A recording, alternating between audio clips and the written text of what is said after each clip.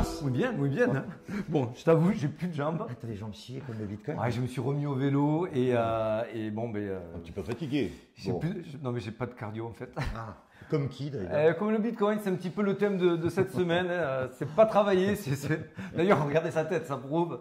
Bon, Bonjour à tous en tout cas. bonjour. Merci d'être parmi nous. Donc, Julien pour les fondamentaux. Et Alex, pour le côté technique, on va essayer de décrypter ce qui s'est passé. Exactement, on voit qu'il y a un essoufflement. Vous inquiétez pas, on va vous expliquer tout cela, mais on va commencer par un récap de la semaine et une analyse Bitcoin qui va suivre un suivant. Merci de nous toujours un petit like, un petit commentaire, activer la clochette. Il y a des beaux dossiers qui suivent, Voilà. donc ne ratez rien, suivez-nous. Et on commence tout de suite par les...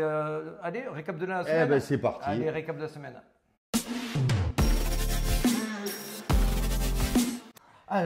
Alors, sur la semaine, c'est joli. C'est vrai. Sur la journée, si je te mets la journée, bon, Un peu moins. ça retrace un petit peu, même si le terme est un petit peu abusé encore pour l'instant. Ce qui est un petit peu bizarre, c'est qu'on voit que c'est des projets pas forcément si connus. Non. Qui décolle? Non. Alors moi, je vais te dire, Agix, je l'ai pas vu venir. On l'a regardé même ensemble, Ah ouais. on ne savait pas. C'est une intelligence artificielle. Voilà, dès que ça touche à l'IA, décentralisée, blabla. Bon, Ça deux, touche trois à mots l'IA, magiques. ça excite les marchés. Magic, c'est du gaming avec un token qui est basé sur du NFT et de la DeFi. Bon, ok. Moi, je vous dis, on l'a pas vu venir, il faut être honnête. Render, ça par contre, c'est un vieux projet. Il a une petite, depuis 2017, je crois, qu'il est en place. Travaille sur le RC20 et il facilite vraiment la création de contenu pour le développeur, artiste. Donc ça me parle un petit peu plus. Ouais, hein. comme The Graph aussi, The Graph GRT, aussi. très bien, très bon Plateforme, projet. Mais c'est vrai que les gros projets, on va dire, avec des gros fondamentaux qui sont là depuis longtemps, qui dev, etc., sont restés plutôt tranquilles. Voyez, par à la niche. exemple, DYDX, bon, c'est sûr, c'est une plateforme qui est vraiment hyper hypée, tout le monde en parle, tout le monde y va, et pour des bonnes raisons, j'y suis également. Ah oui, tiens, tu veux nous faire un petit point, tiens. Un jour, je vous ferai un rapide. petit point sur DYDX, les frais, les rewards et tout, c'est vraiment pas mal. Et en fait, ça a connu un gros pump parce qu'il y a eu une annonce qui était… tout le monde craignait qu'il y ait un release des tokens début février, puis finalement, la communauté a voté que non, ça serait fin décembre. Donc, ça a remis du baume au cœur à tout le monde et tout le monde s'est remis à investir sur DYDX. Et en plus, D'où au-delà la- de ça, forcément, il y a du monde. On voit qu'il y a quand même du vert sur le Bitcoin. Forcément, il y a des gros institutionnels ou autres qui utilisent DYDX. Bien sûr, Donc, bien ça, forcément, Bien ça sûr. favorise.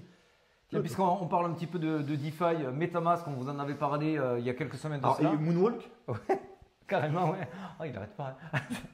Donc, MetaMask, en fait, on vous avait dit qu'ils allaient se tirer une balle dans le pied s'ils continuaient à vouloir insister sur rendre public nos adresses privées, ce qui est quand même la base de la DeFi et des wallets uncustodial. Donc, c'était un petit peu… C'était le but. hein, Bon, de- mais là, ils font marche arrière. Ils ont prévenu que, bon, non, on va vous mettre 2-3 options pour que vous puissiez rester un petit peu en mode privé. C'est ce qu'on attendait. Qu'est-ce que nous avons encore? Bon, bah, alors, notre ami FTX, il demande qu'on restitue les 93 millions avant la fin du mois qui a Ouais. été donné aux politiques. Oui, oui. Hein. Voilà. Il- C'est un peu facile, hein, mais Ouais. bon, bah, grosso modo. Bon, c'est le minimum qu'on attend d'eux, hein. On va quand même pas se mentir. Visa qui teste un système de, grosso modo, de règlement pour des très gros paiements en Ouais. USDC. Voilà, Non, mais c'est bon, bien, c'est petite news, la hein. mass adoption encore. On y va tranquillement. Bon, mais on passe direct à l'analyse du Bitcoin. Tout à fait. Allez, écoute, c'est parti.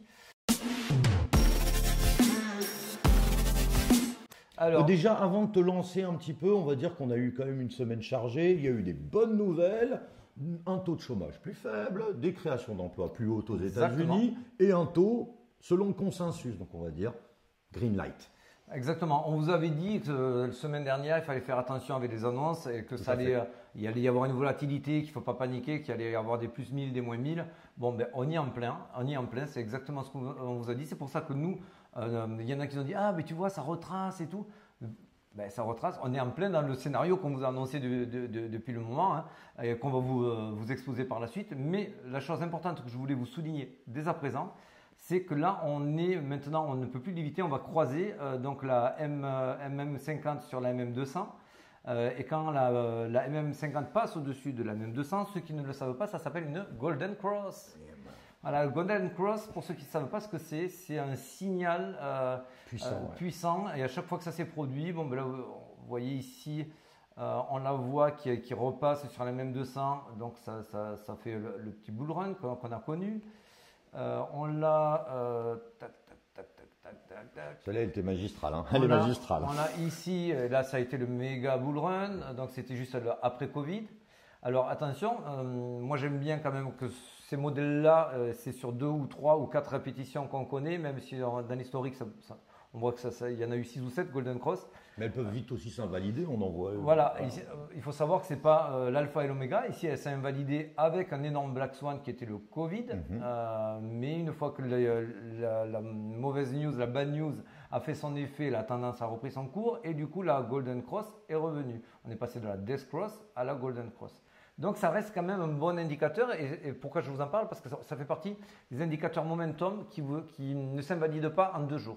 Si vous prenez des momentum qui ont une portée de plusieurs jours, voire semaines, ça nous donne et ça nous rassure un petit peu plus sur la visibilité court et moyen terme. De casquette tous les jours. Exactement. Donc c'est pour ça que je vous en parle, malgré que le marché dévisse depuis 48 heures. Et ce qui est totalement normal, on vous explique vite fait le pourquoi du comment. Vous avez eu un Bitcoin qui a fait un sprint de dératé, pour ceux qui connaissent l'expression. C'est totalement classique et évident. Je pourrais vous le montrer sur les anciens bull run, mais à chaque fois qu'il y a un sprint de cette manière-là, il y a forcément un moment donné où le Bitcoin a besoin de respirer, se dire waouh, là j'ai sprinté, j'ai plus de poumons. Comme le marathonien. Comme moi avec mon vélo dimanche. Comme toi avec le vélo, voilà, forcément, à un moment. Tout cela, c'est normal et c'est sain. Ça rentre aussi par rapport en considération avec ce qu'on vous avait dit la semaine dernière, c'est que rappelez-vous, on vous avait fait cette zone d'imbalance qui était une zone qui est facilement à les retravailler quand il y a peu de volume. Aujourd'hui, on a une faible volatilité avec peu de volume, donc c'est très simple aujourd'hui pour des institutionnels qui voudraient rentrer, et pour nous, c'est le scénario qu'on retient, puisque d'abord, il y a eu les investisseurs avisés qui sont rentrés sur les premiers pumps, et ensuite, on sait que suivent les institutionnels. Les institutionnels, eux, ils vont essayer de pousser pour s'ouvrir une fenêtre, et aujourd'hui, il n'y a rien de mieux de le faire sur une semaine qui a été un petit peu chamboulée avec les annonces de la Fed. Aujourd'hui, on est du coup sur une respiration et cette respiration, on peut très vite la pousser vers le sud sur cette zone d'imbalance. Alors, c'est pas grave, qu'est-ce qu'on vient chercher dans l'imbalance? Un peu de fuel. Un peu de fuel, c'est du gaz. Donc, on peut aller couper tous ces langues là, qui sont positionnés ici, je vous les ai mis en bleu. Donc, on peut aller vite fait les rects. Vous voyez qu'il y a un trou dans la value ici, c'est une zone qui a été très peu travaillée pour ceux qui ne connaissent pas et on sait que le Bitcoin et les assets en général retournent majoritairement dans ces zones-là pour venir retravailler des zones qui ont été peu travaillées. Donc, bien sûr, nous, on est paré à ce que ça retourne de 21 500 à 22 400 dans cette zone d'imbalance. Alors, je fais un petit hiatus.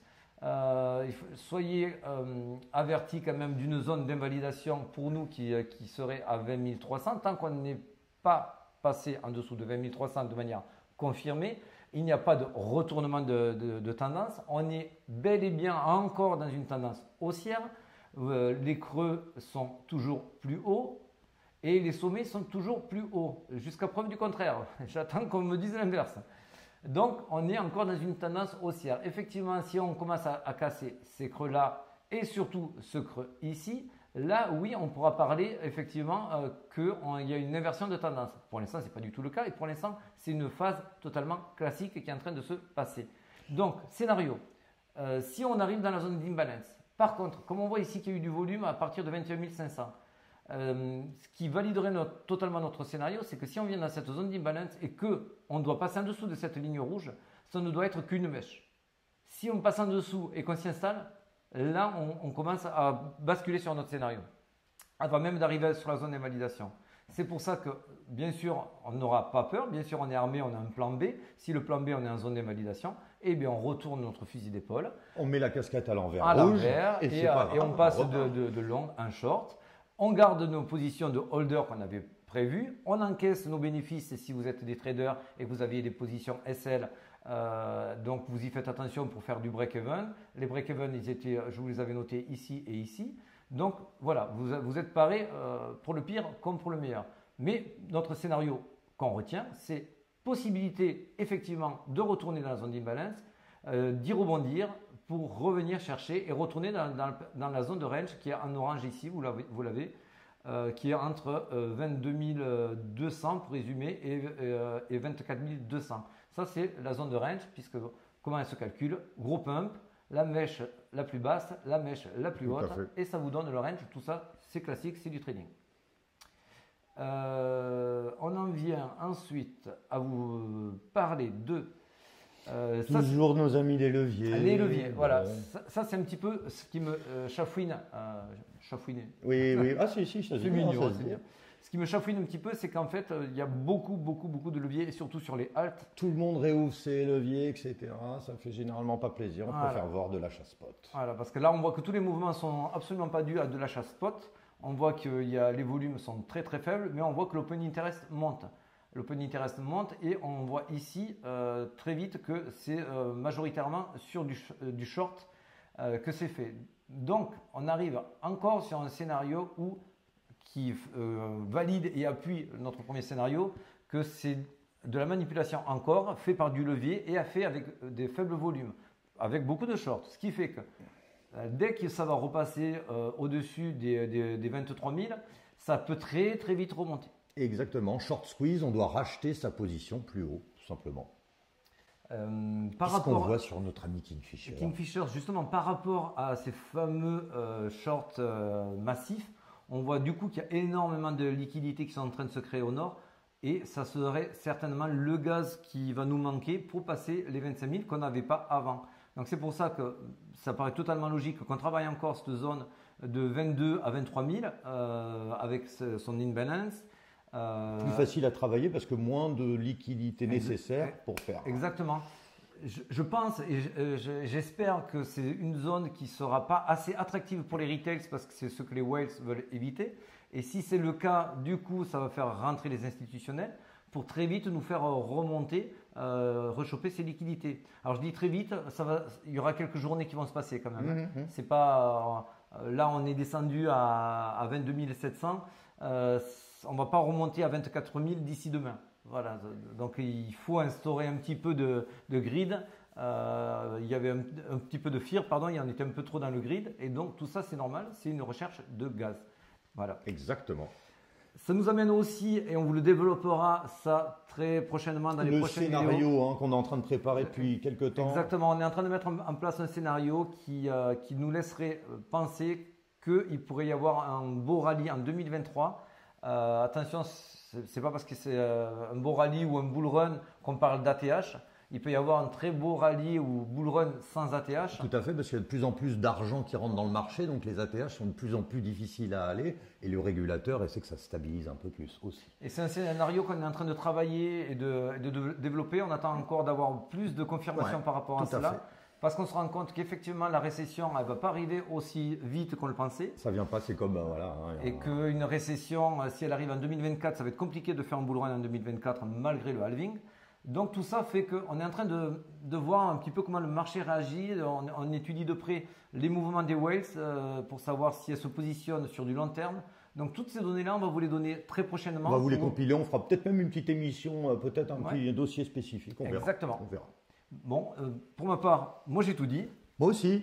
J'espère que vous avez appris des choses en vous souhaitant une bonne semaine. Allez, bye bye les amis, Ciao, à très vite.